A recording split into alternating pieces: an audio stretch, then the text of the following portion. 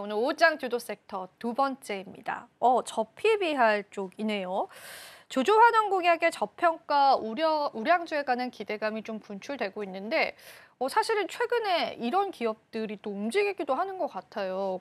근데 그 전에 전문가님, 사실 저PBR 종목에는 삼성전자도 포함되지 않습니까?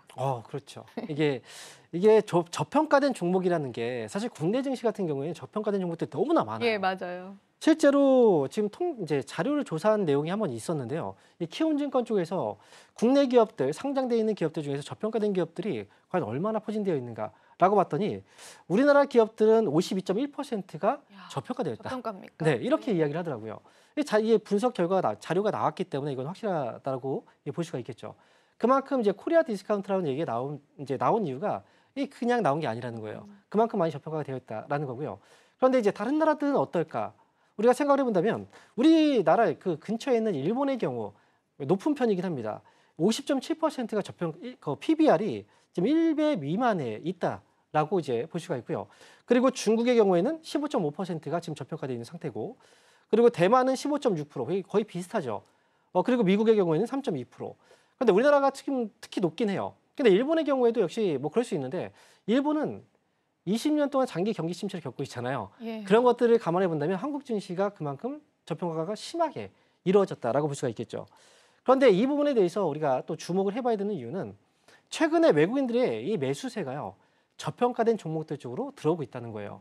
외국인 수급이 지금까지 없다라고 생각이 들 수도 있어요. 하지만 외국인들이 이 안에서 매수하고 있는 업종, 이 종목들이 있었는데 그 종목들이 대표적으로 저평가된 종목들, 저 PBR 종목들을 매수하고 있다는 거고요. 실제로 LG의 경우에도 최근에 저점에서 반등이 막 나오고 있는데 수급을 보시면 외국인들 수급이 굉장히 많이 들어가 있습니다. 그리고 SK, 하나 이런 지주사들도 전반적으로 저평가가 되어 있는 종목 중에 이제 손꼽히는 종목들이거든요. 이쪽으로도 외국인들의 매수세가 좀 들어오고 있다라는 거고요. 그리고 저평가된 종목들을 왜 지금 봐야 되는가?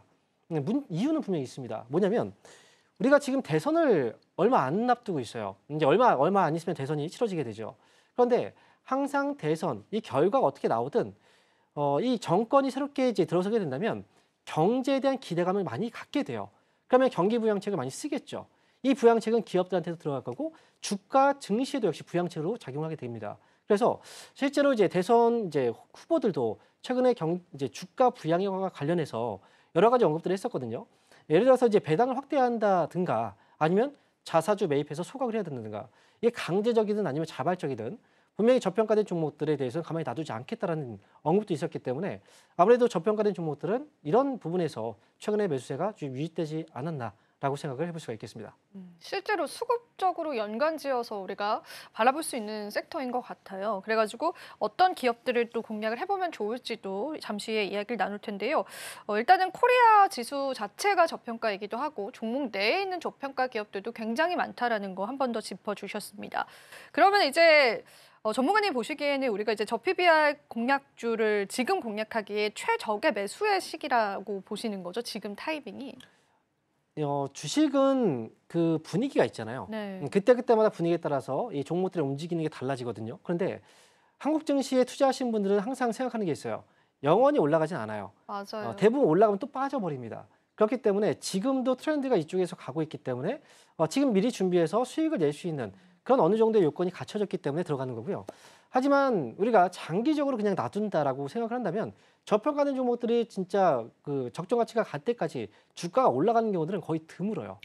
그렇기 때문에 지금 여기에서 투자 포인트를 잡는다면 당연히 저평가된 종목들을 공략하되 그렇게 오래 장기 동안 놔두는 것보다는 지금 이제 트렌드에 맞게 어느 정도 들어갔다가 수익이 나면 또 빠져오는 이런 식의 전략들이 필요하다는 거죠.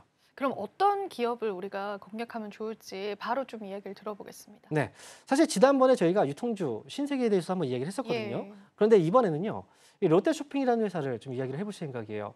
롯데쇼핑을 이야기를 한 이유는 유통주가 지금 전체적인 어떤 종목들의 그 저평가를 봤을 때 극심하게 저평가가 되어 있는 상태입니다. 그동안 장기적인 소비 침체를 겪었거든요. 코로나 때도 소비 침체 겪었고요. 그다음에 관세 전쟁, 지금도 역시 소비가 완전히 침체가 되어 있어요. 자영업자들도 되게 어렵다라고 얘기를 하잖아요. 그만큼 소비가 많이 어려운 상태에서 주가 역시도 많이 빠져 있고요.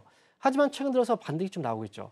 그런데 롯데쇼핑의 경우에는 그동안 다른 종목들보다도 훨씬 더 저평가가 되어 있는 게 지금 이제 실적이나 재무제표 상태를 보게 되면요.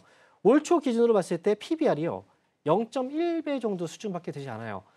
보통 1배 정도가 청산가치라고 본다면 0.2배는 10분의 1 정도밖에 되지 않거든요. 그래서 이렇게 저평가가 극심하게 되어 있기 때문에 지금을 봤을 때는 아무래도 지금 정권 교체와 맞물려서 경기 부양책을 또 쓸 거고 그리고 이렇게 밸류업 낮은 종목들에 대한 관심이 있을 때 한번 들어가서 또 수익도 한번 내보고 나오는 전략도 좋지 않을까 이렇게 말씀을 드리도록 하겠습니다.